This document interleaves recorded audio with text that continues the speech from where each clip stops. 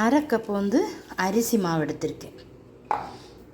இதில் நல்ல ஃப்ரெஷ்ஷாக பொடித்த கரம் மசாலா, சிட்டிகை அளவு சால்ட்டு, சில்லி ஃப்ளேக்ஸ் வந்து ஒரு 3/4 டேபிள் ஸ்பூன் வந்து போட்டுக்கணும். போட்டுட்டு மாவை வந்து நல்லா மிக்ஸ் பண்ணுங்க. கொஞ்சமாக கஸ்தூரி மேந்தி எடுத்துகிட்டு நல்லா வந்து பொடிச்சு சேர்த்துக்கிடுங்க. நல்லா மிக்ஸ் பண்ணி விடுங்க மாவை. 2 எக் எடுத்திருக்கேன். இதில் ஒரு நுள்ளு சால்ட்டு போட்டு நல்லா மிக்ஸ் பண்ணி வச்சுக்கலாம். வந்து மசாலா போடுவோம் இல்லையா, அதே மாதிரி நான் 2 மணிக்கூர் முன்னாடியே பெரட்டி வச்சுட்டேன். இப்போது இந்த கனவா மீன் எடுத்துக்கலாம். போட்டு இந்த எக்கில் நல்லா டிப் பண்ணிவிட்டு இந்த ஃப்ளாரில் போடுறோம். மாவில்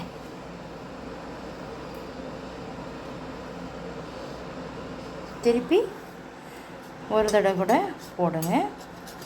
அப்போ வந்து நல்லா டிப்பாகும். மாவில் நம்ம சாப்பிடும்போது நல்லா கிறிஸ்பியாக இருக்கும், கொஞ்சம் கனமாட்டும், சாப்பிட்றது நல்லா டேஸ்ட்டாகவும் இருக்கும். இப்போ நம்ம ஆயில் வந்து ஹீட் ஆகிடுச்சு, நம்ம இதில் போட்டுடலாம். போட்டாச்சு, திருப்பி போட்டுடலாம். இது ரொம்ப டேஸ்ட்டாக இருக்கும் பார்த்துடுங்க. ஒரு தடவை நம்ம சாப்பிட்டோன்னு வச்சுடுங்க, மறுபடியும் இதில் தான் சாப்பிடணும். கேப்சி எல்லாம் சாப்பிட்ட ஒரு ஃபீலிங் வந்து கிடைக்கும். கொஞ்சம் முறுமுறாவுக்கு விட்டுருங்க, உடனே எடுக்க வேண்டாம்.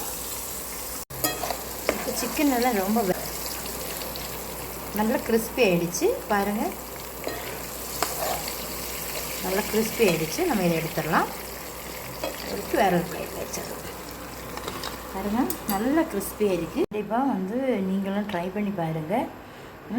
மறக்காமல் ஃபுட்டி வித் பினு சேனலை சப்ஸ்கிரைப் பண்ணுங்கள், லைக் பண்ணுங்கள், கமெண்ட் பண்ணுங்கள், ஷேர் பண்ணுங்கள்.